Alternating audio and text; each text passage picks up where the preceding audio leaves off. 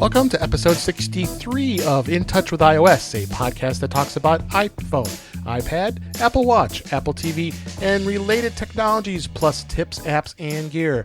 I am your host, Dave Ginsburg, and yes, I am back. We were off for a few weeks. I was on vacation and other things that were going on, so really glad to be back in the saddle here, and I found it fitting that why not get a new episode and talk about Macstock 2019 that just concluded this past week. What did I do? I was able to interview at least 7 of my friends that have been on the show before, and one person has not been on the show yet, and he may come onto the show in the future. But they all gave their thoughts about Macstock 2019, and so you'll be hearing interviews from Mike Laplante, Dave Hamilton, Kelly Guimont, Mike Potter, John F Braun, Guy Serle, and Chuck Joyner, and I will have those as part of this episode. So this is a little different than what I've done before, having this a direct interview between one person. So what the heck? We'll give you a little bit of a taste of a different way of this podcast goes, and we'll see how this goes. I will give you some one news story. We'll talk about iOS 13. Beta 5 was just released this past week as I record this, and we'll give you a brief review of my presentation at Macstock about Apple Notes and note-taking apps in general using iOS. So let's dive right in and just talk a little bit about what's happened with iOS 13. And Beta 5 has come out, and it does have a lot of new things that it's added. A couple of big complaints that were of the fact that some of the icons were really small, but they finally added in the view where you can set it to have app icon sizes to either more or bigger. And I looked at this and I'm like, well, they should have been bigger in the first place, because the iPad home screen, it needs to be big. So the other thing they did was the share sheet in both iOS versions. Updated with adding sections to your favorite shortcuts, the current app that's open, and other actions, which is cool. They've really done some great things as far as the layout with the share sheet. So I'm looking really forward to give you more of a comprehensive review on that. Home app backgrounds, you're actually gonna be able to change backgrounds that way. Shortcuts app that's going to be changed, of course, and of course the light and dark mode feature is really cool. They've really made quite a difference in that as well. So I'll have a link in the show notes of the article that I talked about with from Macrumors about iOS Beta 5, and we'll go from there as far as hopefully this is getting close to a new version that's going to be out soon, and we will see where it goes. Macstock just concluded this past week, and I was just super excited to be able to see all our friends and see all the new faces that came out to Macstock this past year. They did announce Macstock 2020 for next year, and this year's theme in 2019 was create. Well, next year the theme is going to be play. So kind of a spin on what that will be. How do you play? It will again be at the end of July next year, 2020, on July 25th and 26th. So I am super stoked and really looking forward to having some good times with that. My presentation was great. I had a lot of people say that there was a few things that they didn't know about the Apple Notes app specifically, and really I think I'll spin it out just for a little bit here, just to tell you that OneNote from Microsoft, a lot of people don't use it very often, or if at all, for that fact. It was really interesting to see what folks said as far as what its use is. The biggest differences between Apple Notes and OneNote is the way it lays things out in Notes, where it creates an actual notebook. It also creates a section and also creates pages to make things little more advanced as far as how you organize things. So, the other app I did touch upon briefly was Notability, and I have to say I have to learn a little more about Notability. Notability has got some great powerful features in iOS as well.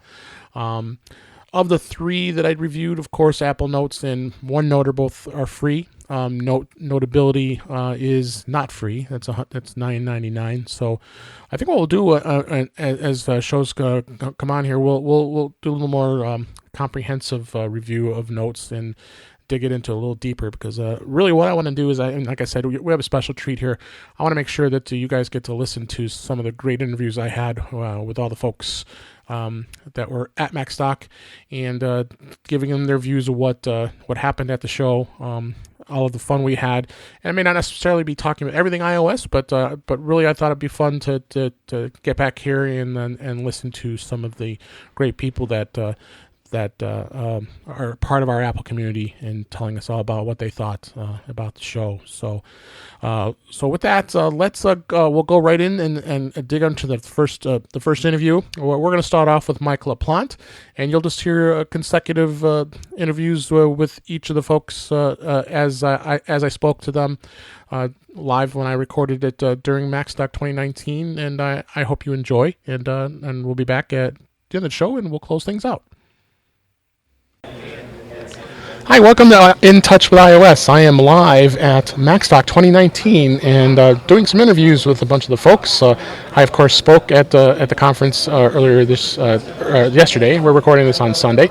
And I spoke about Notes and iOS and kept that focus. My guest and returning guest, I should say, is Mike Laplante. He's here at the conference. How you doing, Mike? I'm doing very well, Dave, and yourself? Doing great. How'd you like the conference so far? So far, the conference is pretty good. You know, I have to be honest with you. I enjoy your talk. Probably was one of the highlights because it's so practical. When you're giving your talk, people in the audience are literally following along. And I noticed that, and I think that it was kind of exciting to see that. I think my mic is a little hot here. I'm turning it down. I noticed that. And that makes it exciting for me when I present to see that people are engaged. And I picked a topic I think everybody really likes, and Notes is very very popular using in iOS and Mac for that matter. But I talked about Apple Notes and then Microsoft OneNote, what a lot of people don't know about too much of. So. Right, unless they're at work, that's something that they would come across and use it there. But it's good that you also included that and compared the two apps. Yeah. And to see, which one someone might want to use as opposed to maybe just using Notes. Yeah. So that was a lot of fun. And did anything else you saw that related to your iPhone, iPad that piqued your interest? We're kind of halfway into the sessions here on Sunday, so right. Nothing really. No. Like I said, yours was a highlight, and I kind of wish that this conference would kind of go that way. Give us some more stuff, even though it's called Macstock. But Mac is obviously very important. But iPhones, iPads, they're pretty odd too. So I did my breakout session in the afternoon and got a little more deeper dive on some of the apps, because I did have some questions. People came up to me afterwards related to OneNote because it's a little different the way OneNote manages things versus what Apple Notes does.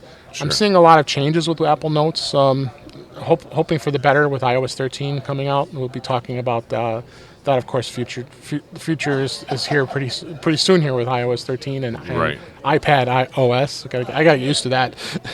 iPad OS. Yeah, I know that's going to be very interesting. Are you using the beta? Yeah, I put the beta on an extra iPad, not my primary one like some people do around here. I noticed a lot of people were taking the time. Super confident. They're really confident. Well, it turned out David Sparks and Rosemary Orchard, who both spoke. David spoke today. Yes. And then Rosemary yesterday, and she had her iPad on iOS 13 or iPad OS, and it wouldn't project to the screen. So. No, and she ended up losing some stuff. Yeah, there was kind of affected the workflow. So, it was interesting to see some of these folks that, and they asked me, have you tried it? And Notes is going to have some good features. I think the biggest thing I saw was the folders, the folders app. And you're going to be able to actually create subfolders on the fly from an iOS device, which you couldn't do before. Right. Yeah. And some improvements with searching and some other things. So, but right now, if you create a folder on your Mac, they do transfer. They do transfer in right. your iCloud. Yeah, and I did show that yesterday, where if you create a subfolder for that, and it does work real well. So, yeah, it was a lot of fun, I thought, and we're really good, really having a great time here in Macstock. Yes, we are. Now, iPad OS, is that following the same numbering scheme? I don't think so. I think it's going to be. I think they're going to just now separate it out, and that was what the talk was at WWDC. When they announced it, they announced iPad OS is going to be the operating system of choice for just the iPad, because the iPad does certain things that the iPhone does not. Right. So I think this was kind of a smart thing on Apple's part to just kind of try to start isolating and separating out the two operating systems. But are they isolating in hopes of later on making the iPad OS much more like the Mac OS? I wouldn't be surprised. I wouldn't all be all surprised. I mean, that's been the goal, and truly making an iPad your computing device, and not no need for having a Mac. For a lot of people we were talking to here at the conference this weekend, and I don't see that anytime soon. But no, it's a special group here. It really is a special group. I mean, we witnessed two upgrades to one. Well, yesterday, Stephen Hackett from Relay FM, he decided to upgrade somebody's iMac to a with a solid state drive. I just could not believe he took the whole thing apart, and right in the out here. I'm building. sitting next to the table that they were spread out on yesterday, and he must have spent a good hour through lunch to do this. And then this morning we just saw him do a Mac Mini, upgrading the memory. So I think he's doing something else on this lunch that we're going to be Is he? coming. I think so. Oh, okay. So again, that's not related to our iPhones, but No, it's totally but he's unrelated. not going to do any upgrades to those. But So do you think that once the iPad OS and Mac OS are not necessarily the same thing, but do you think that they're going to stop selling laptops? no, I just don't see it. I think there's still going to be a market for it. I mean, just like what Apple did with the Mac Pro. I mean, they finally came out with a product for a professional the pro users, right? for pro users. I don't see the Mac changing anytime So soon. obviously the MacBook's already gone. The MacBook Air, can you see that being replaced by the iPad? It's possible. Air can definitely be replaced with that. So anything's possible when it comes to when it comes to that. So yeah, it's hard to say. It is hard to It's say. hard to say at this Were you point. surprised when you heard about iPad having its own operating system? I was. I mean, I had thought that I had thought for sure that iOS 13 was just the next iterations. Like we've gone from 5, 6, 7, all the way up to 12, and I was pretty surprised. But I think it's a good. It's a smart step to the future with iPads, and it's going to be interesting to see what they do. Yeah, really it's going to be interesting. Maybe we'll find ourselves at an iPad stock event. iPad, it could be. I mean, we would have thought of something here. Maybe we got to get you and me and Barry Falk as some brainstorming of an iPad stock or something like that. So, anything else you wanted to add into the to the mix as far as what you experienced here? It could be anything. I believe that this is a great location, and the people that this event attracts really always amazes me. Like when we have the event on Friday night where everybody just kind of gets together and reacquaints themselves with everybody. It just the concentration of smart people that get here. It's amazing. It kind of blows me away. And you know what? And the networking. The networking is the best part of it. We've all made friends. I've made friends with you, Dave Hamilton, Guy Serle, Allison Sheridan. The list goes on. David Sparks, and now I'm friendly with him. I had not met him before, and Sure. He was here last year too. So he's a very smart man. I'm impressed of his And they did record the 500th episode of Mac Power Users, which is going to air out in September, which I think is going to be exciting to listen back to because we watched that yesterday. And just had a lot of fun with people. So, it's a fun event. It is really a fun event. I'm hoping everybody can make it next year because for 2020, it's going to be even more exciting. So I'll see you then, Dave. All right, Mike, thanks. We appreciate you joining me. And this is In Touch with iOS, and we'll have more interviews soon. Welcome to In Touch with iOS. I am recording live at Macstock 2019, and I thought it'd be fun to talk to some of the guests, see what they thought about the conference, as well as anything that focused on iOS, of course. My next guest is Mr. Guy Serle from mymac.com podcast. How you doing, Guy? I'm doing great. I have been recording a bunch of stuff, yes, too. You have. And you need me to get closer? Yeah, you might want to get a little closer to the mic. Hey.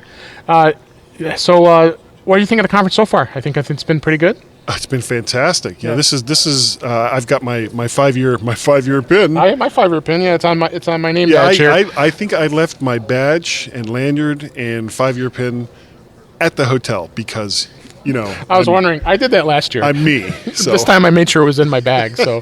And it's got the heavy. This 5-year pin was really nice. He gave it to all the speakers who had spoke 5 years in a row, which was me. And we've had a blast so far.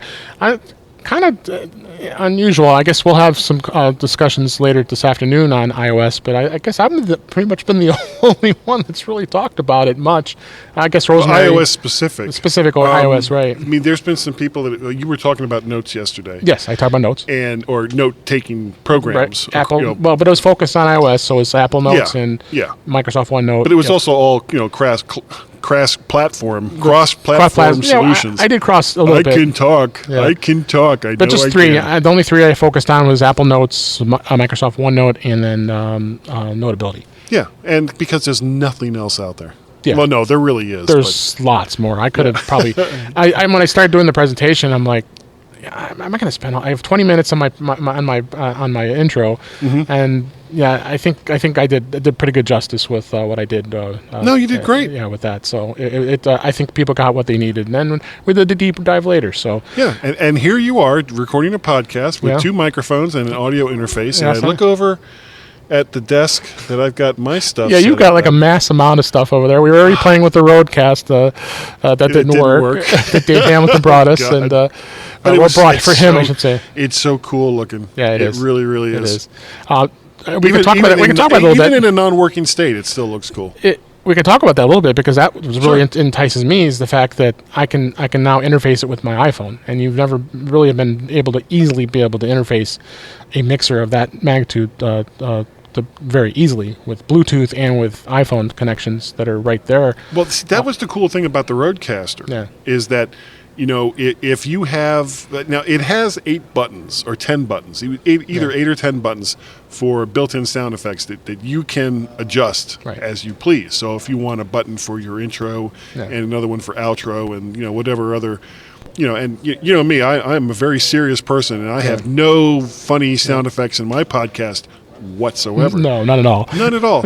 So it makes it very, very easy to take the ones that you use all the time and put that in there. But in order to so easily also plug in something like an iPhone or even an Android phone, because it's just a 1/8 inch connector into the board, and be able to do music or whatever it is that you have on your iPhone that you want to use, and also to be able to use it as a Bluetooth device, and you can set it up with a mix minus. So if you're using your phone as your, call our number now, 1-555-1212. Exactly. Call us collect, call us direct, but call us today.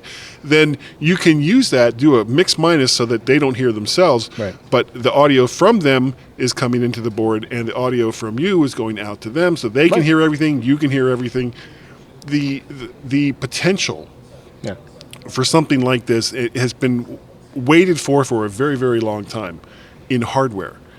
Now you're using an H6. Who makes that? A Zoom H6, which is just, oh my God, I am so envious of that device. I really love this thing. That is so cool because I be able to record it, and you see, I put the pod on here, so I could take this as a field unit. Yeah, and you've got two directional microphones right on top of the thing. Yep. I've got an IK Multimedia something Duo where it's got two XLR inputs and you can adjust the gain on them and stuff. But I mean, it's really, really basic.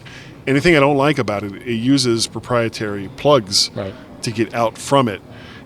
So I don't really use it that much. My setup is basically, it's a Behringer UMC 204. It's got two XLR outputs on two separate tracks, which is really, really nice. And of course, I've got some Sennheiser microphones and blah, blah, blah. Nobody cares. But, it all fits into a backpack about the size of Cleveland. So, it's... You should see the bag I brought. I got this bag of tricks here. I know. But the cool thing with the H6 and so many other things is you don't really even need to hook it up to a Mac. Right. And it's been there's all kinds of wonderful recording options available in iOS to bring this back to iOS. I remember you, and you've done it in past shows that you had your iPad was your primary recording device. And, the last 2 years of Macworld, that's what I did. It is very ideal. So, I think it's a great conference. A lot of. I mean, as I mentioned when I talked to Mike Laplante earlier, the networking. I mean, just friends I've made over these last 5 years. Got you and I are friends. Dave Hamilton and Mike Potter and Barry Falk, and I mean just all the amazing friends. Allison Sheridan. I can the list goes on and Chuck on. Joyner. I can't forget Chuck, of course. Well, yeah, Chuck. We gotta love Chuck. Come on. Yeah, I know. So just that part of it alone is just the best part. Is just the networking and having a lot of fun here and just staying on top of technology. And I'm open. I should talk to Mike Potter and see. We got to get more presentations on iOS. I mean, we're recording this on Sunday before the afternoon sessions, but there is going to be a session talking about recording with iOS. If we haven't already missed it, then I'm thinking about. But I probably should look at the book here, see if we might be missing it right now as I'm... I think we're missing it. Oh, no, it's 11:25. So after we finish recording, I have to go watch that because it is an iOS. What is it on? It's on recording videos with iOS. It's creating compelling videos on iOS. It's Rick Cartwright. Who's doing that one? Rick Cartwright is doing it right now. So as soon as we finish recording this segment, I'm going to go check it out, and we'll record some more segments here. And very, very quickly, to talk about some of your options for recording audio. You've got Twisted Wave, which is a fabulous recording software. One of the things that I've really liked, and I don't know if you've got it on your iPad, is Boss Jock Studio. I haven't used that one. There's another one I forgot the name of. I haven't started playing with. But the same guy that made Boss Jock made this new one that I don't like as much, but Boss Jock Studio is available. There's also the free Spreaker app. Okay, right. And you don't even have to use their service to get the application and use it in a standalone mode. And even the Spreaker app for the desktop, for the Mac desktop, is amazing. It's really, really nice software.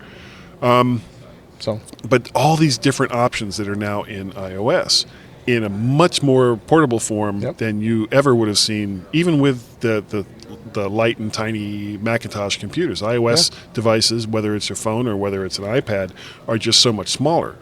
And the future is really unlimited, especially considering that you've got the iPad OS that's coming out in the fall. Right.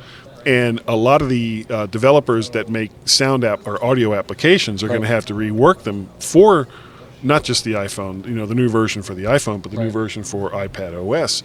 And so the future really is bright when you're looking at iOS recording, whether it's audio or video. Yeah, it is 100%. So let's go check out that session. And our next interview, we'll probably talk about it. It'll be fresh in our minds. So, Guy, I really appreciate you coming on the show. Hey, not a problem. We always love having you, and we'll have you on again, do a full hour how I've been doing my show. And this is In Touch with iOS, and we're live recording from Macstock 2019. Thanks. Welcome to In Touch with iOS. I'm live at Macstock 2019, and I've been interviewing different folks here at the show. And my guest this time is Mr. John F. Braun from the Mac Geek Gab. How you doing, John? Very good, David. How are you? Doing great. Been a great show so far. Been a lot of great discussion at the conference. What have you enjoyed so far at the show?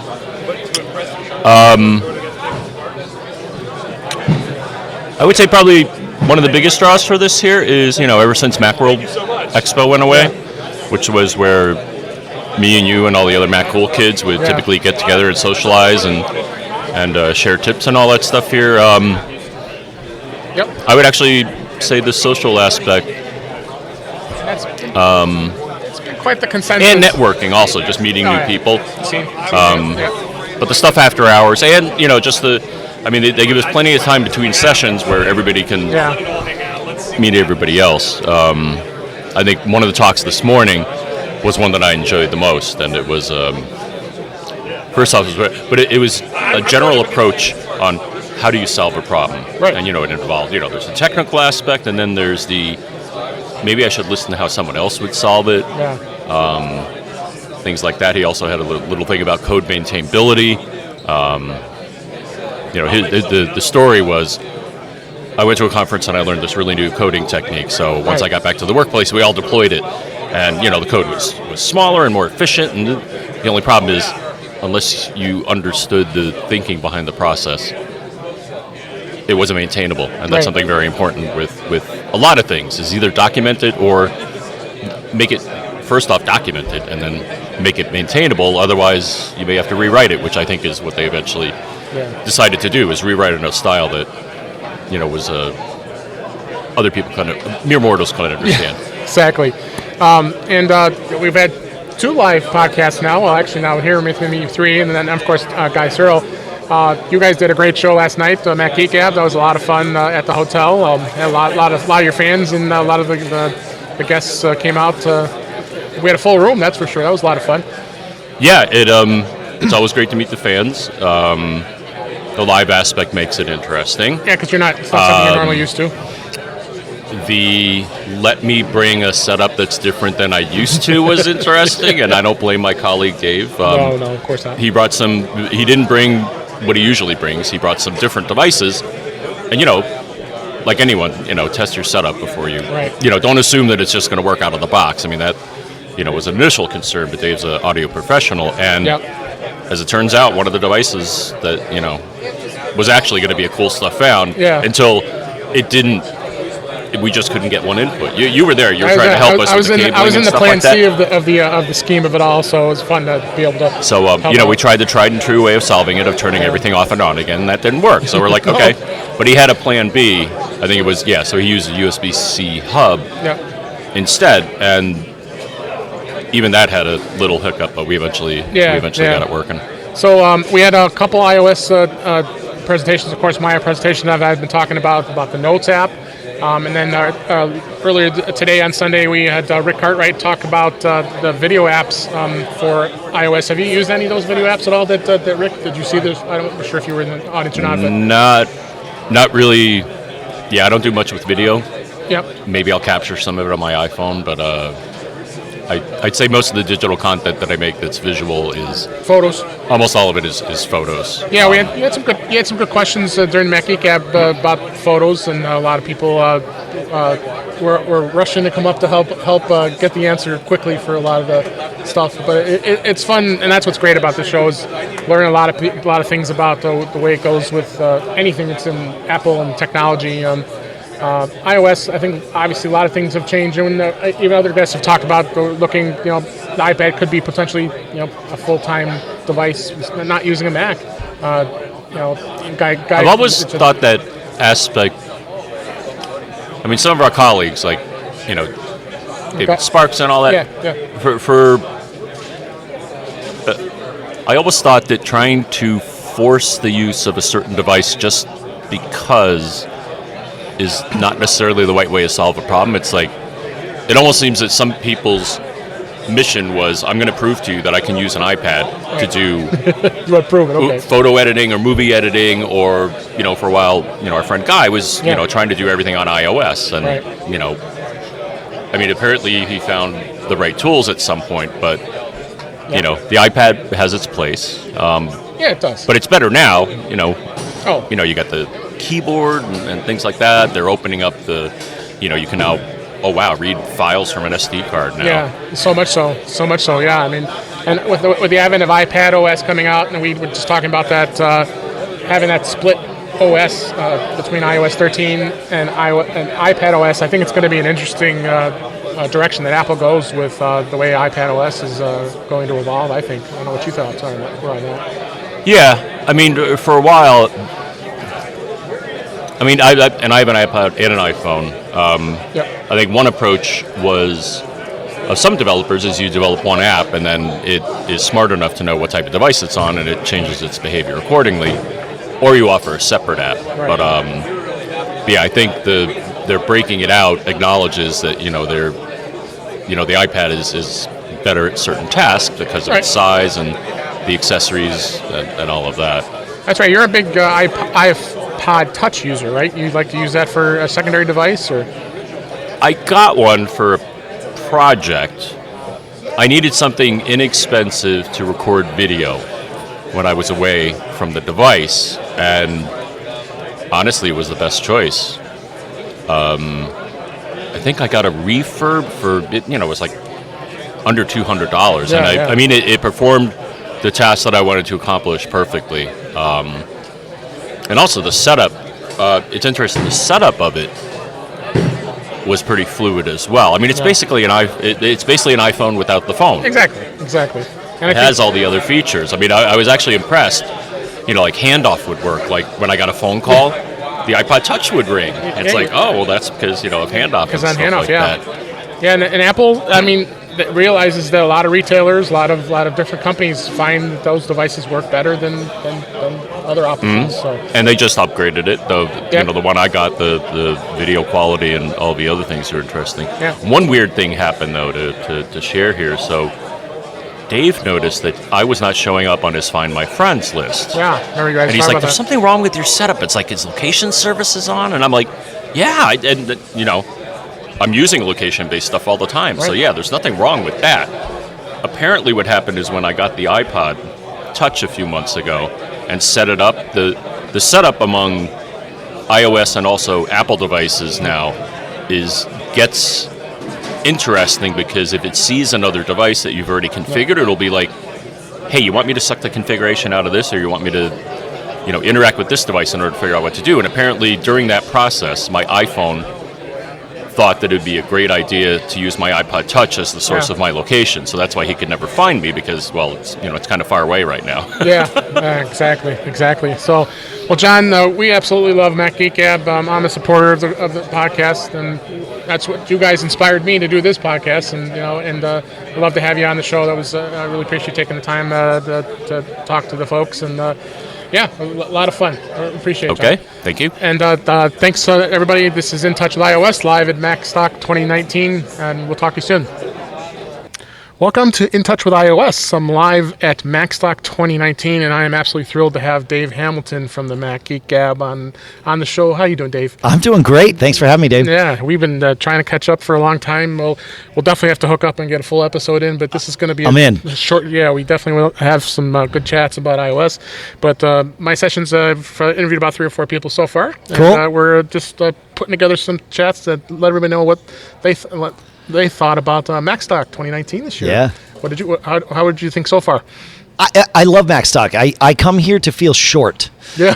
It's one of the few places where there are a significant number of people that are taller than me. So Guy Serle, Corky. Yeah, Corky. The 2 other guys, Dan and Jason. And Jason. Yeah. No, I am. I'm looking up. Yeah. I'm both figuratively and literally looking up to many, many people here, and that's what I love about this. It is the size of this show. To me,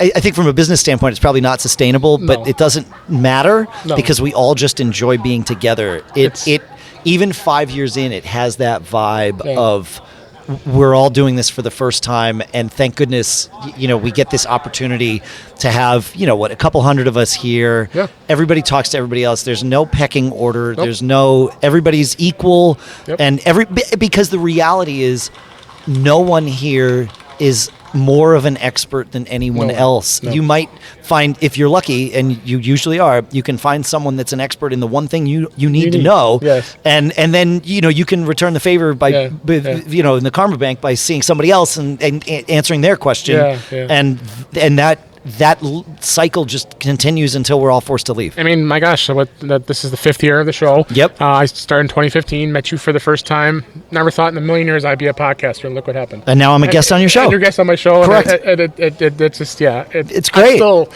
Yeah. I got goosebumps right now. Awesome. It's just an absolute thrill. But in addition to being like a guest on your show, we're also friends. We talk and that's the beauty of this kind of vibe. That's what it is. I've made so many great friends in the community, and then that's what I really absolutely love about it. Yeah. So, as far as iOS goes, I've been talking with everybody about my presentation. I think everybody got a lot of good stuff out of notes. Absolutely. A lot of people didn't know much of some of the things I talked about during the Apple Notes part of it, especially OneNote. And I even more now I've talked to more people about it. It's interesting. I'd like to explore OneNote a little further. I might even do it on a future episode. I don't know.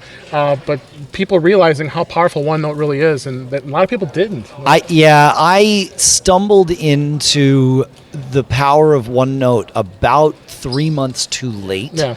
We used, for prepping Mac Geek Gab, John Braun and I need to have a way to share PDFs in a form that is where I can have categories. Here's what's for the current show, here's what's for future shows, and notes up until iOS 13 won't have the ability to share a folder of notes. A folder or collaboration. A collaboration. You can share one note. That isn't going to work. No. So we standardized. We moved from a folder in Dropbox, which was how we did it originally. Well, not originally, because Dropbox didn't exist when we started Mac Geek Gab, but eventually Dropbox became a thing. Then we moved to Evernote because that was a better way to do it.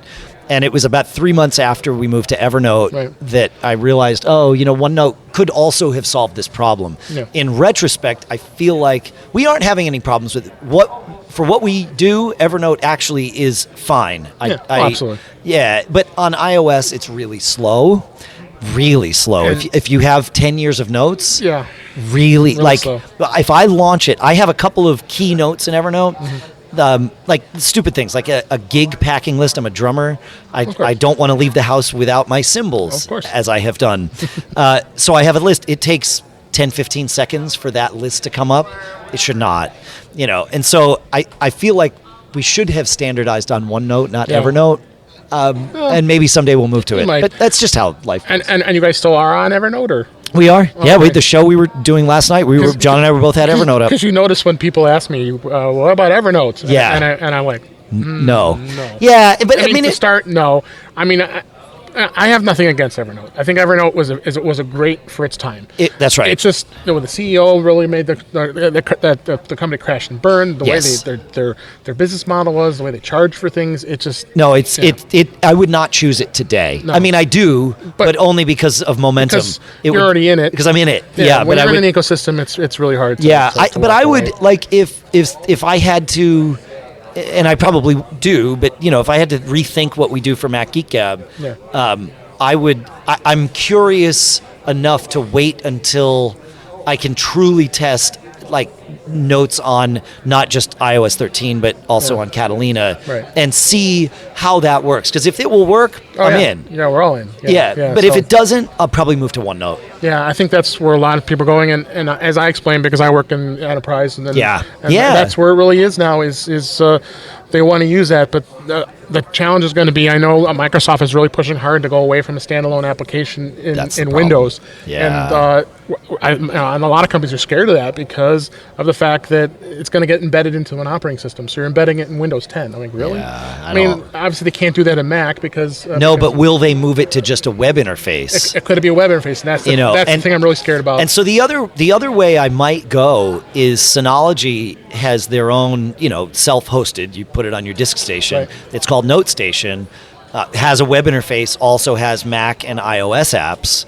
So and has all the collaboration and it's an Evernote-ish clone that you host yourself. And so I like the self-hosted thing. Oh, yeah, for sure. Because I'm not, beholden to anyone. Oh. Although I'm beholden to Synology to keep developing for whatever platforms I'm using. Oh, for sure. So, yeah. And then the couple other things, was awesome. I got to actually witness Mac Geek Gab last night. We had an absolute blast. And I just talked to John F. Braun. He was this is a little out of our element. I understand, John, because you're so used to. Yeah. You guys have a workflow, and that's understandable. But you guys worked it, and Kelly did a great job of Kelly stepping in like that. as the and then I kind of host. stepped in with as the plan C for you for the equipment. And Yeah, that was a lot of fun. Right, Kelly stepping in during the show. I mean, this was a team effort for sure. Like a podcast roadie. It was, no. Like you and Guy Serle, were it not for you, we talked on the gear would not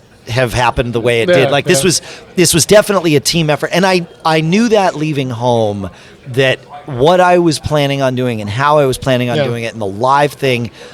If I only relied on myself, it probably wouldn't happen well, and so I sort of let go of being a control freak. It's just how I am, and told myself, okay, look, go and have fun with this.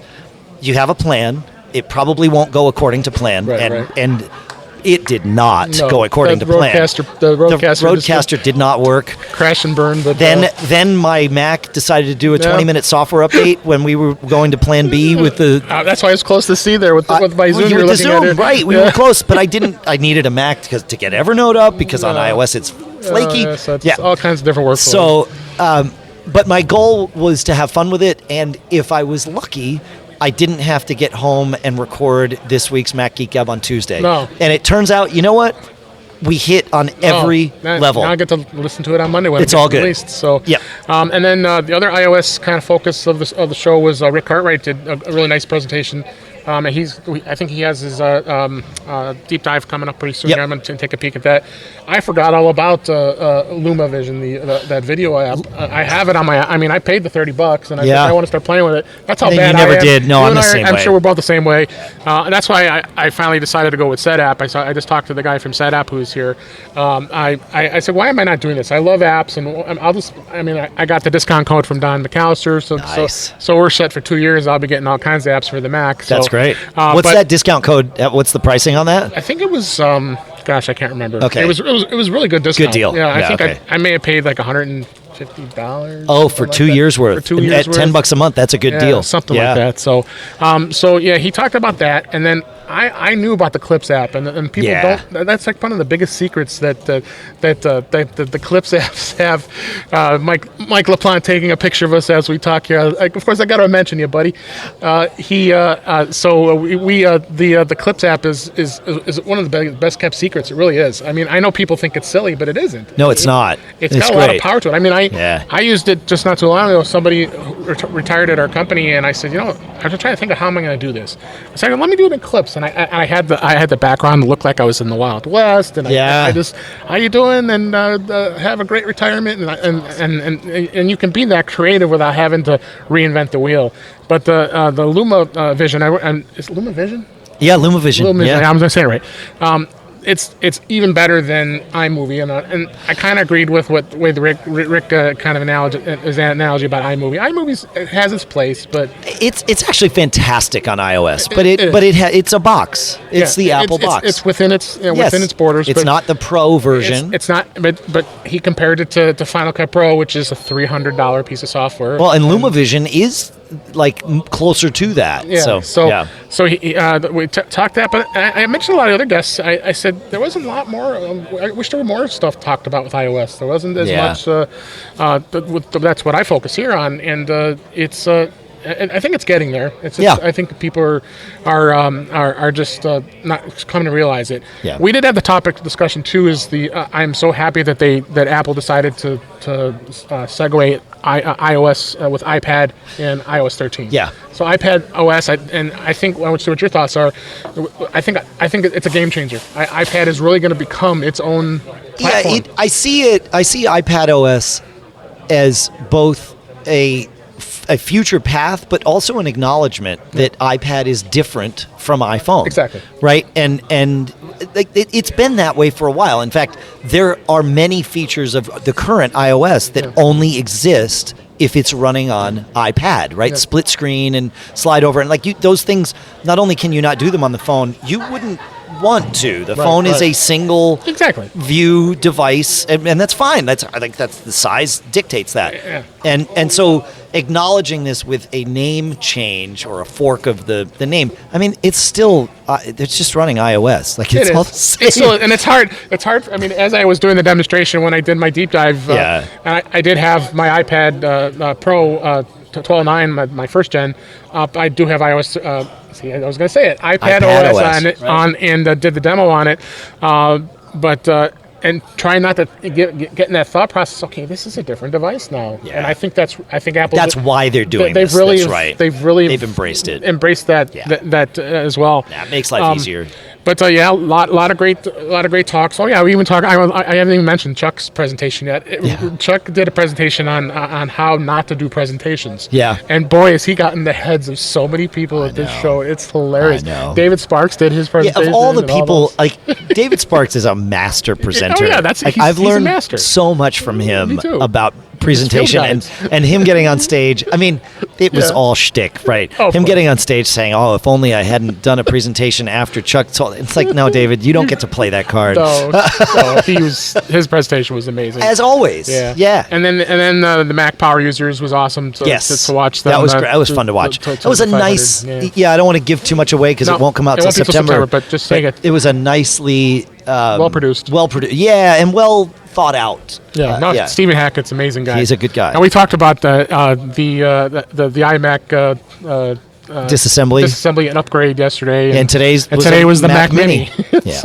It's that's what this community is. Yeah. Just before we recorded this, we were helping somebody with helping Frank Petrie with his. I was scrambling to find a version of El Capitan. But it turns out that somebody says I'll take it, then we didn't have to do it anymore. So, but Dave, I would love to have you come back on the show. We got to hook up some time. I'd love that. And we could definitely talk for an hour easy about other things you and I have a lot to enjoy talking about, and we'll get you on the show soon. Sounds good. We'll try to coordinate your schedule. My schedule is the problem. Tougher than mine. I know. But yes. Anything else you can think about that stuck out with the show? No, I think we've hit the highlights for me. Yeah, great. It's awesome. Right. Appreciate it, Dave. And with that, thanks for listening, everybody. This is In Touch with iOS live from Macstock 2019, and we'll bring more interviews with you shortly. Thank you. Welcome to In Touch with iOS. I'm live at Macstock 2019. Been interviewing all the great folks that have been here in the sessions, whether it be speakers or whatnot. And I'm very proud to have Chuck Joyner coming back on the show and joining me today. Get to see him in person and talk about Macstock. How are you, Chuck? I'm great, David. It's great to see you. Great to see you as well. It's been a whirlwind weekend. We've been having a lot of fun. What's been your thoughts so far? How the conference has gone? I think it's just amazing. I mean, I end up at a loss for words at how much fun this is. As I was promoting Macstock on my show, I keep telling folks it's one of my favorite weekends of the year, and it really is. You see so many great old friends, you meet so many great new friends, and not just friends from the United States, but friends from all over the world are here for Macstock. And that's been the consistent message I've been hearing from everybody we've talked to so far, is just the networking and just being able to reach out and talk to people, meet people. And I mean, gosh, 5 years. It's been 5 years already. And I just said this with Dave Hamilton, just previous interview, that 5 years ago I'm here meeting you guys for the first time, and never thought in a million years I'd be sitting here podcasting with you and having you on my podcast, and anybody for that matter. So it just, wow, 5 years ago seems like yesterday. I know. I mean, when we started doing the interviews and realizing this was the fifth year, it's like, where did the time go? And yet, if I look back at my photos and notes and everything, each year had its own highlights. And I guess maybe the highlights of this year will become evident later, because this just feels like one big highlight this year. It does. So a lot of the speakers have been great this year, and I've been talking a lot about, because I, of course, talk about iOS, and only two stood out, and obviously one of them was mine, of course, with the notes, and the other one was with Rick Cartwright, and talking about his working with iOS and editing videos. And I knew I knew Clips was one of the best kept secrets. I think I would really put the way I would put it for Apple. Have you used Clips at all when you do your video editing at all? I've played with Clips a little bit, but I can't really say I've used it for any particular project. Yeah, so I think a lot of people are just kind of, some do, some don't. iMovie, of course, everybody's used iMovie before. I know you're a big Final Cut Pro user because of your video editing that you need to do for Mac Voices. And then I completely forgot about LumaVision. Of course, I bought it, like all of us do. We spend the $30 and buy it. But Rick was right. That app is very powerful, and I know you've had the guys on talking about that app too. Yeah, it is absolutely amazing what they've done with an iPad. They've taken a full-blown nonlinear editor and put it on an iPad, and I'm not ready to quite say there's zero compromises, but there are very, very, very few compromises. Yeah, no, there really isn't, and I think it's got a lot of power. We're going to be seeing his deeper dive about it in about an hour from now. I'm going to definitely jump in on that and see what Rick has to say about it. But that's what's great about this conference. There's just so many different topics we can be listening to and finding out about, and it's just an endless way of learning with all this. Well, and so many of the topics crossed over. They weren't necessarily Mac or iOS or anything. It was just the theme of this year's conference was create, and so that meant so many different things to so many different people. Some of the messages really were David Sparks' messages, Allison Sheridan's messages about what create means to them or how they were interpreting it, and it took everybody, I think, a little time to wrap their heads around what Mike was going for, but I think that we all delivered. I hope. We did. Especially you with your presentation about presentations and what you can do better to give better presentations. And there was a lot of laughs in the audience, as well as David Sparks. You kind of got him rethinking what he was doing. And he's a professional presenter. I mean, he's done his field guides about presentations. So I was very surprised he said that he was so worried about that. But it is true for a lot from what you talked about with presentations. Well, the whole idea was to have a little fun with it, but also make people aware, make them think a little bit that, because we all do it. We get into a rut if we're creating presentations where we have maybe our favorite transitions or our favorite way of doing things. And if you break out of your mold just a little bit, not only will the presentation be more effective, but honestly, I think you'll have more fun doing them. Oh, 100%. And we've talked. You and I both work in the insurance industry. I've seen the presentations that some folks insist on putting on, and the mass amounts of bullet points that can be a little boring, and the bar graphs that are can be a bit to be desirable, and even being able to see them for that matter. People don't realize you got to make them big in order for people to see these things, and you're not going to be able to see it on the screen if it's like a minute little tiny size. Yeah. I mean, there's so few simple rules that even if you don't want to get sophisticated, just I know it's old hat, but well, let's do it this way. One attendee came up to me at lunch and said that in his department he has a simple rule: 5 by 5, no more than 5 bullets or 5 topics on a slide, and no more than 5 words per line. That's a pretty darn good rule that everyone can remember.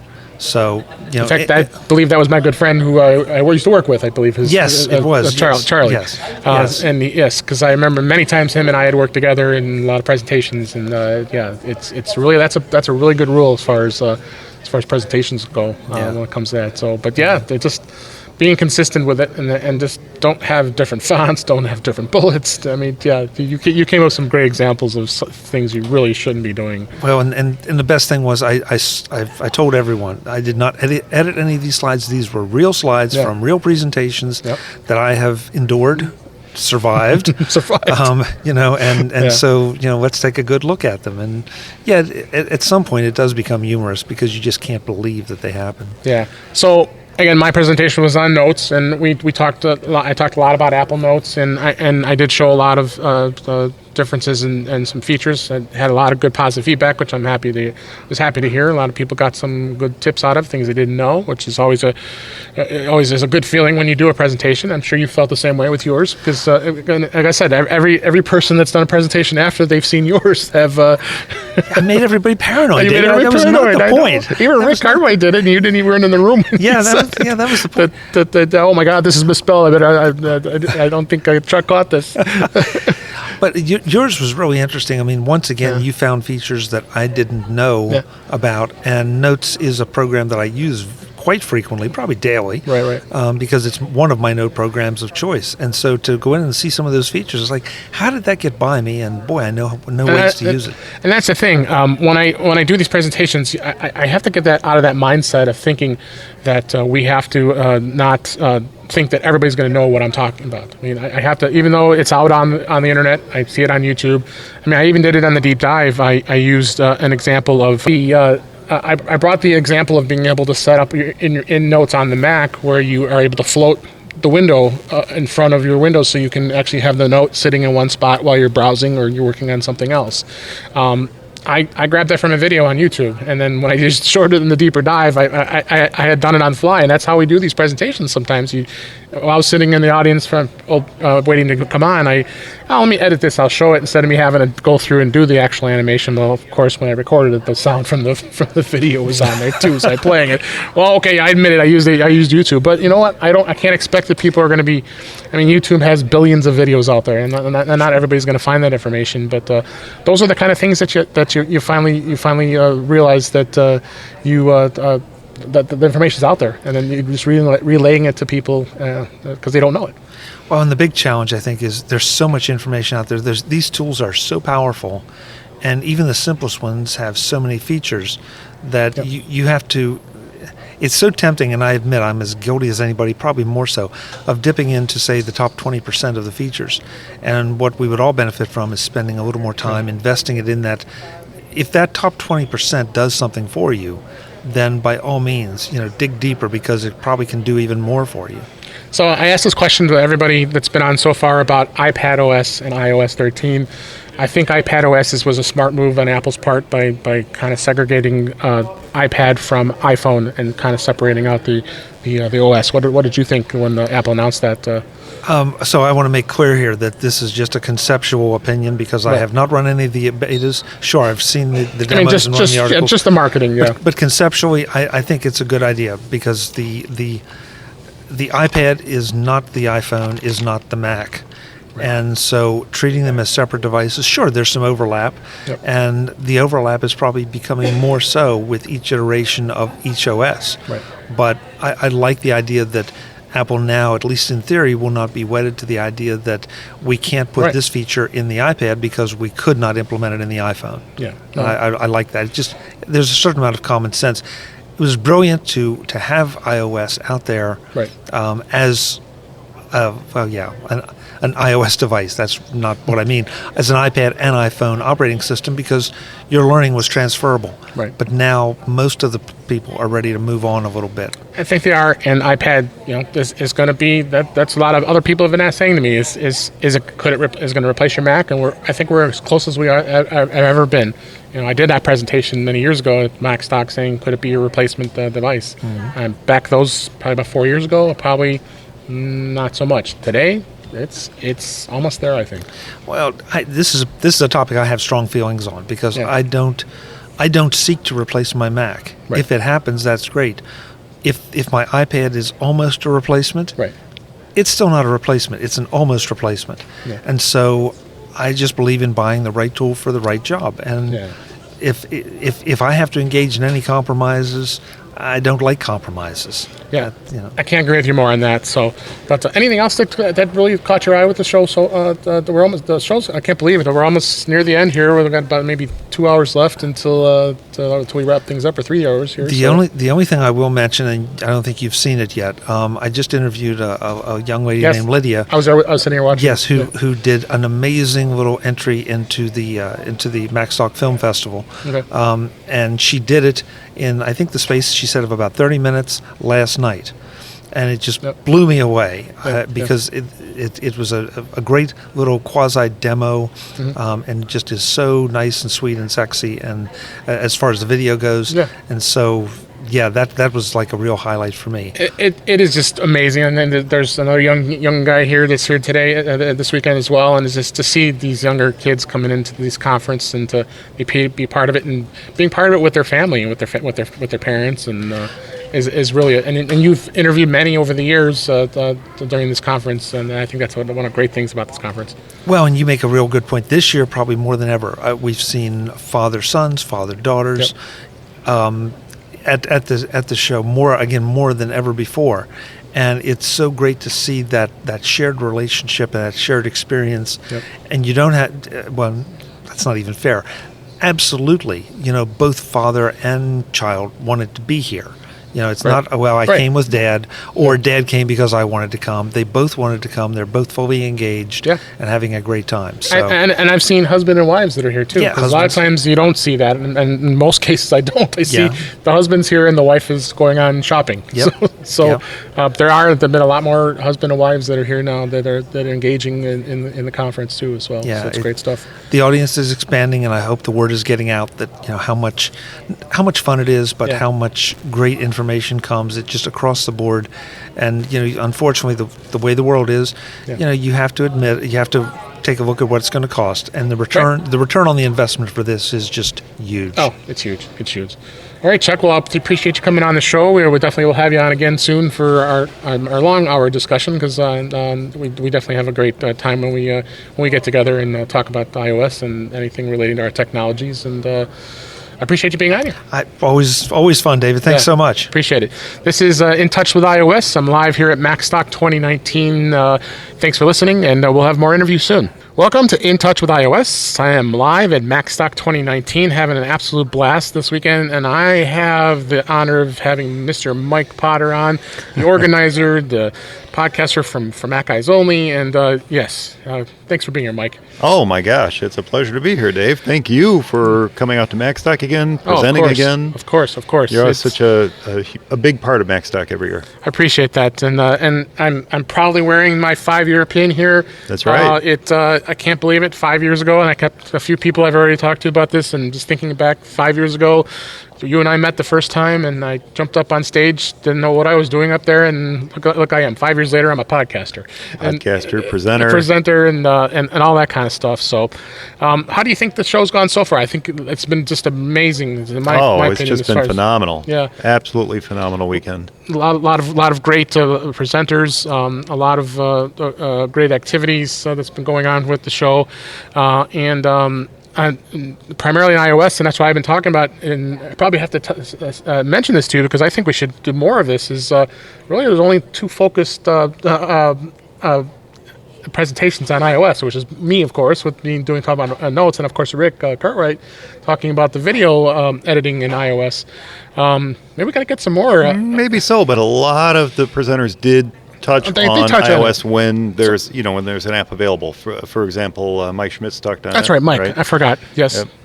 Okay, so I guess I shouldn't be thinking that way. I'm really thinking because of the titles of each presentation have that kind of that focus. Right. But it had a lot of great positive feedback about the notes discussion, and a lot of people didn't know a lot of things I talked about with OneNote, which was great. Watched Rick's presentation, Rick Cartwright, and his video editing, and he is right about. And you're a video editor. A lot of people don't use the Clips app as much as they should. And I have never once in my life fired up that app. And that's a lot of people are saying. It's kind of funny. I had said this to others here. I said, I just fired up probably a couple months ago when someone retired, and I said, this would be probably pretty easy. I can it's perfect for that, though, isn't it? Throw a video, say, hey, congratulations, happy retirement, and that's what I did. And because we had pieced together a bunch of videos from all over the world for telling this employee that's so cool. To good luck with your retirement, and we all did that. Well, I did on the Apple Clips, but there were others that are probably a little more extravagant than I was. But your Android friends weren't having any of it. Exactly. It was a lot of great discussions. I just talked to Chuck Joyner, and his presentation really stuck to a lot of people freaking about their presentations, especially David Sparks, which was phenomenal by itself because he is a great presenter. I mean, he is amazing, and he's written the books and the field guides to prove it. So, and of course, when Wally and I were doing the first segment of the Film Fest this morning, what's on screen? A big old cursor, which is exactly what Chuck said. Yeah. What's that doing there? Yeah.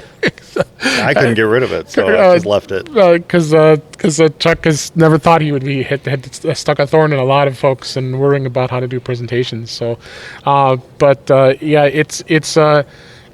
just been very pleased, and seeing a lot of new people. That's really excited me this year. I think they recorded the 500th episode of the Mac Power Users podcast, which was great. That was fantastic. We'll get to hear that in September. Yeah, so I'm not going to no spoilers here. We've all been sworn to secrecy. Sworn to secrecy. So and then we ended up having Dave Hamilton and John F. Braun do a Mac Geek Gab live from the hotel. That was so cool because Dave reached out to me last week and he said, "Hey, I'm going to be able to make it to Macstock after all, and I'd love to do something with Mac Geek Gab." And I said, "You know what? You got the perfect venue at the hotel that night," and he jumped on it. Yeah, he did. That was so cool. And it was great. And Kelly stepped up, and I don't know if you were in the room at all, but I don't remember seeing you in the room, but. Kelly stepped up and kind of emceed all the questions that were coming up, and I became a podcast roadie for him because he was having some problems with some of his equipment. That's right. His brand new Roadcaster wasn't cooperating. That's right. I had my bag of tricks here, as you see, and ready for Plan C, and the Zoom H6 ready for him if he had to. So that Zoom H6 is a fantastic. It really is. I love this thing. I know you have one too. So I love it. This is the first time I've put the capsule on here in quite a while. I'm using it for Macstock. Yeah. That's how I record the house audio. And that's what's great about it. So, and it just works, and that's what's great about that stuff. So I mean, just overall, the show and the conference has just been amazing. The food was wonderful. We had some great meals both days. We did. The lunch. Yeah, I always ask the culinary staff here to come up with something a little new, a little bit different, and they always come through. Yeah, the wraps were really nice, refreshing they were good, and they were filling too. They were filling, the salads and everything. So overall, the show was just another amazing success. We have probably about as we record this, maybe about less than 2.5 hours left of the conference. So that makes me sad. I know, it makes me really sad. We have to go in and see the rest of the videos for the with Wally. That's coming up at 5. Coming at 5 o'clock. I'm definitely going to get back in there, and that's why I'm trying to get all the interviews I can, and have a great interview here with you. And I just can't believe it's over already, and I just have to get ready for 2020. I can't believe it. 2020 is we're going to be coming here. You feel like you're working and working and working. You're like, oh, I got so much time. Yeah. Then you're like, okay, I have 4 more weeks, 2 more weeks. Okay, that's a lot of time. I can get all this stuff done in 2 weeks. And then suddenly, oh shoot, it's tomorrow. Yeah. And then Macstock's here. You're running around, you meet all these fantastic people. We had so many new That's people what I was going to say to you. I'm just floored how many new people that came up to me after my presentation and telling me they enjoyed it, and I think a lot of folks came from the audience of Mac Power Users. Honestly, I mean, there's a lot of them. I asked, "How'd you come here? How'd you come here?" A lot of they heard about it through them. They heard about it through Mac Power Users. Stephen were talking it up, and what's neat is that they would be coming up to me and saying, "Hey, Mike, this is my first Macstock, but I really enjoyed it. I'm going to be back next year." I love hearing that. And it's such a great environment because it's a conference for all users. It's not a power user conference. It's not a beginner user conference. It's all over. Everybody is here. All levels. And everybody is here to share that same experience of being an Apple user. And it doesn't matter if you're a Dave Ginsburg podcaster or if you're TJ. What is TJ now? 12? 10? I think 12? so. Something like that. Everybody can interact with everybody else on an even playing level.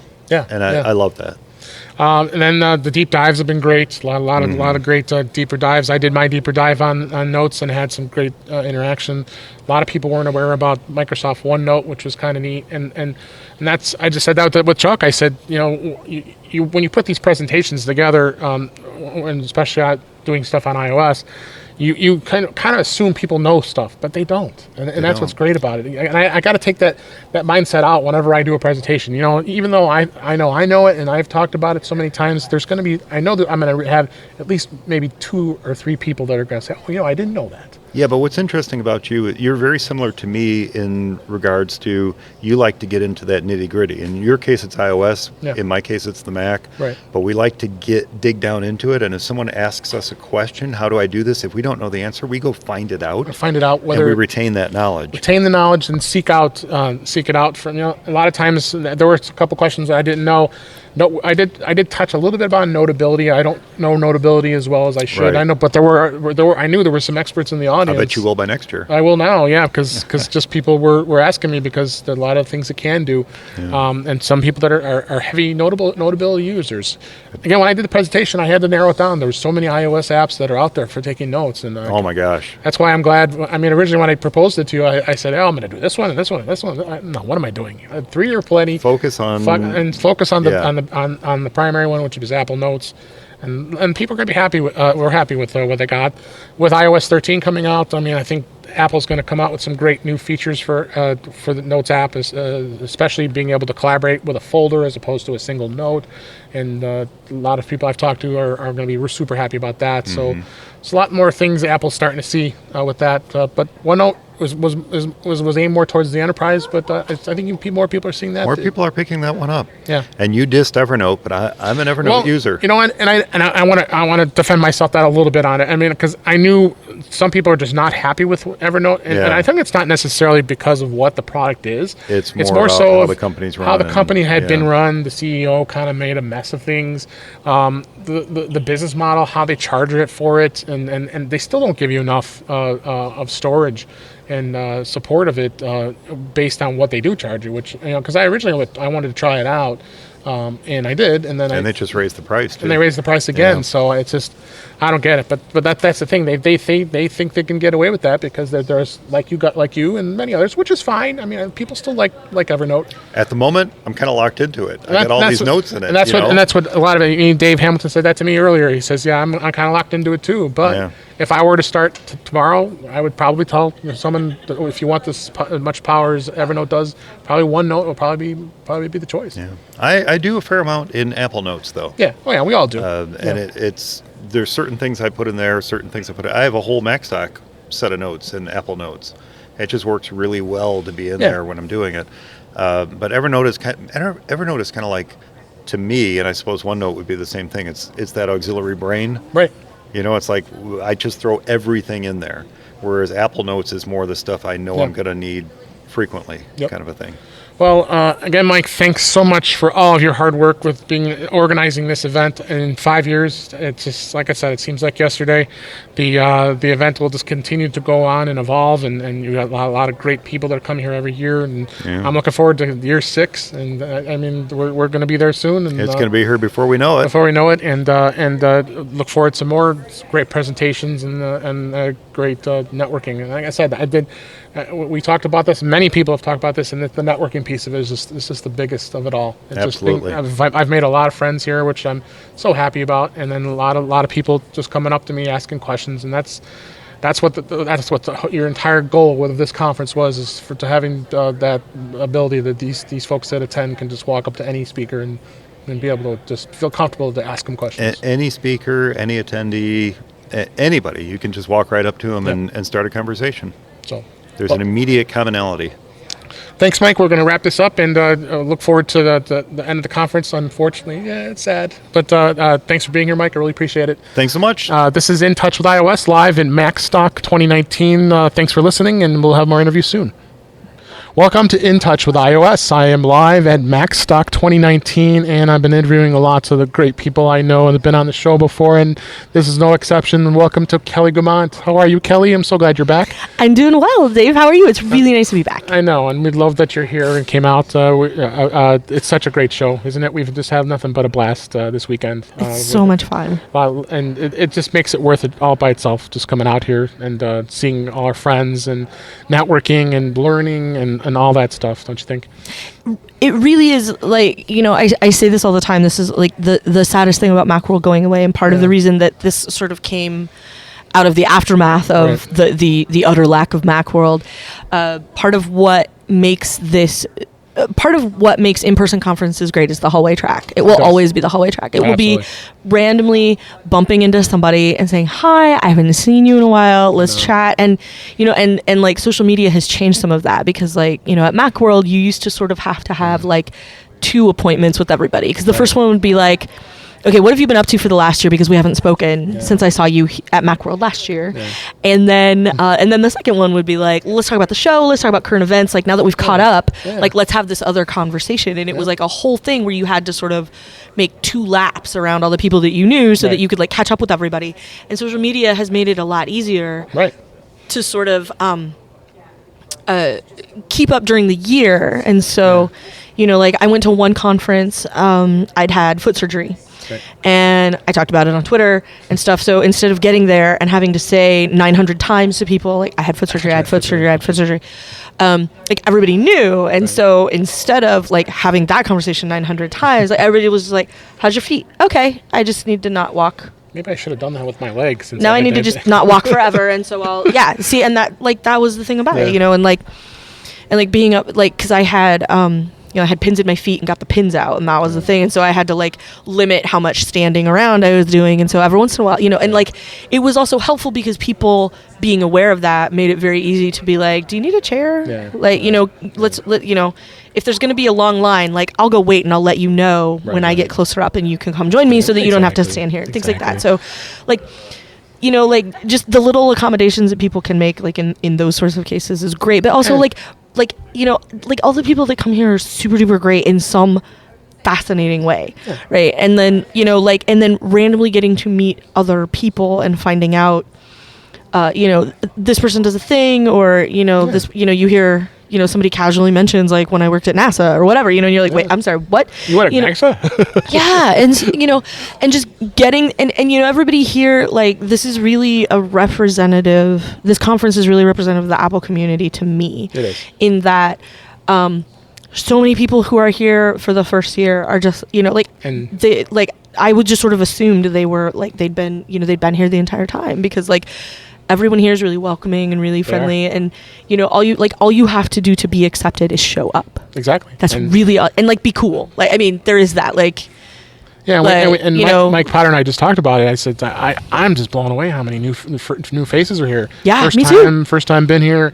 It's like and just kudos to David Sparks, because MPU Mac Power Users, I think, really drove a lot of the great fans of that show to this conference, which is awesome. And people are seeing that it's more than just it's all levels, and it's going from beginning all the way down to advanced. I mean, there's no place that we throw people out, because it's impossible to put a conference at a level of where people learn. So like yesterday, David talked about having that map of what an episode of MPU looks like, and it's a basically like a 45-degree angle line right through the middle, like we start at the beginning and then more and more and more. And I feel like this conference is that way too. Like we get the higher level talks, and then there's deeper dives in the afternoon, so you sort of get a sample in the morning of like, what am I going to do this afternoon, and you figure out like which ones are the things you want to go and see and find out more about, and then you can follow up. And like the best part is like in the aftermath, like after that talk has happened, you can go up and be like, Josh, I really need to talk to you about Paprika. David, I really need to talk to you about email. Or like, I went to Brett and I was like, you mentioned the name of that app that you were using, and I need to find out what it is. And and he told me all the speakers are approachable. That's what's beautiful. And like that, like the follow up piece of it is also really great. But like, there's no like velvet rope here, right? Like there's no like anybody that wants to can come up, have lunch together, and people walk up and you hey, can I eat? Have you sit down with you? And that's how I got comfortable with everybody, and that's how everybody else is going to feel that way when they come here too. Yeah, it's so great. The in person is so important. Then as far as iOS goes, there was. And I even said that to Mike, and I guess he kind of set me straight, and I think I agree with it. There is going to be a little bit of iOS discussion in a lot of the presentations that we had this weekend. I mean, the two primary ones that are obviously the one I did, which was about notes, and then Rick Cartwright did the one on videos with using his iPad and iOS and all that. So really, a lot of people got a lot of great information out from both those presentations, and I got, as I've been saying, a lot of great feedback on it. So I'm very happy about that. I'm looking forward actually to seeing the presentation about video on iOS. I had to miss it because I was working on video on iOS. I thought it's going on at 4 o'clock today, isn't it? Oh, well, no, I mean this morning. Oh, this morning. Like the slide comes up and it's like creating compelling video content on iOS, and I'm like, I have to leave because I have to sit in the hallway and edit my compelling content on iOS. Your compelling content. So literally. This afternoon. We got the breakout in 10. We're going to finish up here in 10 minutes. We're going to be able to see it. So the thing that you need to know is that the thing that the later you will see the output of that project, and it is literally the first video I ever put together on iOS. Oh, I can't wait. I can't wait. Yeah. And specifically with iMovie. I did one other video in iMovie. Yeah, and he wasn't saying so good things about iMovie, so because Luna Vision was the one that his is the video that we talked about. So. I've heard about it. I've heard of that one. I did. Well, and when I say like I did a video in iMovie, I took video of my house at Halloween, like walking through all the stuff, and added music to it. Music underneath, and that's like the extent of my iMovie experience until today. All right, so you're now a master. We're gonna see the best work. Look forward to my presentation at Macstock 2020 about using iMovie on the iPad Pro. You're gonna be inspired to do it. Get back on the saddle and do a presentation again. Yes. But we had a lot of great discussions about iOS. Not necessarily those two, the two presentations. Ulysses, there was descriptions with Mike and Brett. I think Mike and Brett both talked about it. Yeah, hit upon it as well. I missed some of those presentations, so I can't wait to go back to the videos for those. The things that I didn't see. I didn't see Josh's either, so I wanted to see. So I heard his 244 slides he went through in 17 minutes. So that's pretty spectacular. That's pretty impressive. So I'll have to go back and see that. I feel like we got the one presentation from Chuck Joyner about terrible presentations. We talked about, and Josh's was great. And so I feel like next year Josh needs to come tell us how to make our presentations awesome. Yeah. Oh yeah. Because his slideshow was impressive. Yeah. OWC has been here. What a great sponsor, our platinum sponsor. So great people. I got to actually do a tour of the warehouse and the offices on Friday, and they were just so happy to talk to the folks here that they've been here all weekend. They're very happy about being here and how much supportive we are of them, and they're just a great piece of the Apple community as far as the products they provide. So then learning about using your iPad and being able to connect the dock that they have to your iPad Pro and even more powerful ways of copying files and such. That's going to be coming in iPad OS and iOS 13. Yeah, that dock looks super cool. Like, it's funny. I have an iPad Pro, but it's a Lightning. Yeah. It's the one right before they went USB-C, and I was always totally happy with it. Like, I was happy with the speed, I'm happy with the pencil, I'm happy with the interaction, size. Like, I love everything about it. And then I come here, and OWC has this table full of awesome stuff you can connect to your iPad if you have USB-C. And I'm like, and it's the first time, like, all new iPads came out. They do all this other stuff. You can plug in all these things, and I didn't care until OWC was like, look at all the stuff we have that you could do that with them. Like, I need a new iPad. Yeah, unfortunately, and even the guy Chris mentioned in the breakout session about the USB-C devices. They're not going to come up with anything for Lightning because it's just the way proprietary way it is of being able to manage files. You'll have to use the dongle if you want to continue on with your Lightning device. So it's been a great conference. Loved every bit of it. I'm so glad I was able to talk to a bunch of you during the conference and bring back some great interviews with everybody from on the podcast. So, anything else you think of that stood out to you with the show before we wrap it up? Just sort of the not really the random connections, but like the unexpected things that happen. Like last night. Yeah. Over at the bar next to the hotel, the restaurant next to the hotel, the Bulldog. Like, A couple of regular attendees became the punchline as we were playing Quiplash. I saw Chuck Joyner and Guy Serle's name come up a few times in that Quiplash, I'll leave it at that. That's all you need to know. And but like the things that sort of just come out of that, I had to miss the game show yesterday, but apparently I came up because there was something karaoke related. Oh, yes, you did. And so I was there. But the random stuff that happens, people come together. There was there's a girl here. Her name is Lydia, and she came up to me this afternoon and said, can I still submit a film to the film festival? And she did this amazing video that's her sketchnoting live. I was sitting there with Chuck when he was interviewing her, so I can't wait to see it. Yeah, and she's awesome. And this is her first. Years old. She's 16. This is her first Macstock, and she's here and digging it. And a thing that I love, which did you talk to Allison already? No, I may not be able to get to talk to Allison. She's been too busy. I know. She's a real social butterfly. She is. I have video of that from last night, by the way, that you should really see. We're gonna be seeing. She knew I was filming video, by the way, just for the record.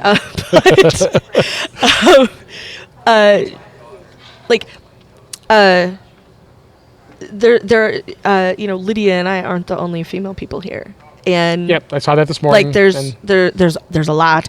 It was great to see that, actually. and it doesn't feel weird, and so I'm sort of excited for her that she came here and isn't the only girl, and which, as you know, is always a subject near to my heart. And I was very proud to see that. It was really great people stand up and say, hey. Yeah, Allison got a really nice panorama this morning of all of us standing up, which was great. And how can I not mention Rosemary Orchard? She's amazing. I mean, the work clothes. Oh man, she did for shortcuts. What a smart gal. And that's the first time I've met her for the very first time this year. So and her perspective on that, and the way that she takes shortcuts, and most people when they describe shortcuts, at least in casual conversation and stuff, when I talk to people, is intimidating. It is. And I was kind of intimidated because it's overwhelming. It's really because it you start with nothing, and all anyone tells you about shortcuts is you can do anything, and that is a really hard breach to cross. And so she makes it so approachable. She did. And starts with stuff that's really basic, and then turns it into something a little better. And she does it. The thing that it reminded me of yesterday watching her whip that up was Salsa Goyen, when he used to do the Apple script stuff. And how he would start and he would be like, everybody can do this, and then he's like, so then you do this, right? Pretty easy, right?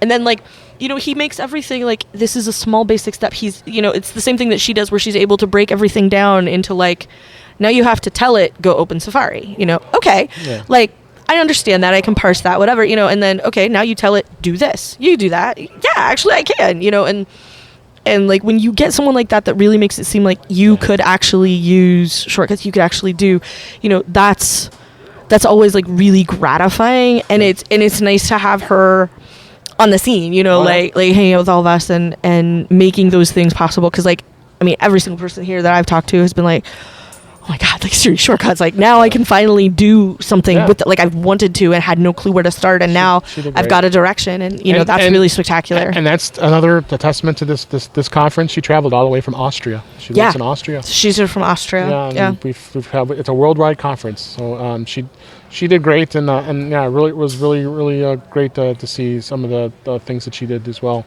Yeah. Well, anyway, it was great to see you. I'm so happy you came back on the show again. We'll do another episode soon. Yes. I've got all the episodes lined up. I was a little bit of a break here, but I'm glad everybody was able to come on, and that's fine. We can. That's what's great about podcasts. You get to do them when you got to do them. Yeah. So, but thanks for being here. I really appreciate it, Kelly. Oh, no problem at all. Anytime you like. All right. This is In Touch with iOS. I'm live at Macstock 2019. Thanks for listening, and we'll talk to you soon. Okay, well, that's a wrap. We had a lot of great interviews. I hope you enjoyed the show. A lot of fun discussion about Macstock 2019 and technology, and it was a lot of fun. And hope to talk with all these folks again soon with all kinds of different topics that's coming soon, because we got a lot of other great things that are going to be happening with the release of iOS 13 and so many other things. So we'll definitely look for some great things into the future here. And as I mentioned at the beginning of the show, Macstock 2020. Yeah, I'm already talking about Macstock 2020. It's going to be next year, and it's July 25th, 26th. We'll be talking about it as obviously as it gets closer, but I wanted to mention that. And let's wrap this episode up here. And that is a wrap for this week. Please send your comments, questions, and suggestions to our email address, feedback@intouchwithios.com. You can also follow us on Twitter @intouchwithios. You can subscribe in your favorite podcatcher, including Apple Podcasts, Google Podcasts, Stitcher Radio, Spotify, and TuneIn Radio. Or better yet, go to our website at intouchwithios.com, where all the links to listen to us are there. I am Dave Ginsburg, and you can find me on Twitter @DaveG65. Thanks again for joining me for the show. This was a lot of fun, and we hope we'll have another show coming up soon with more great guests. Thanks again, and we'll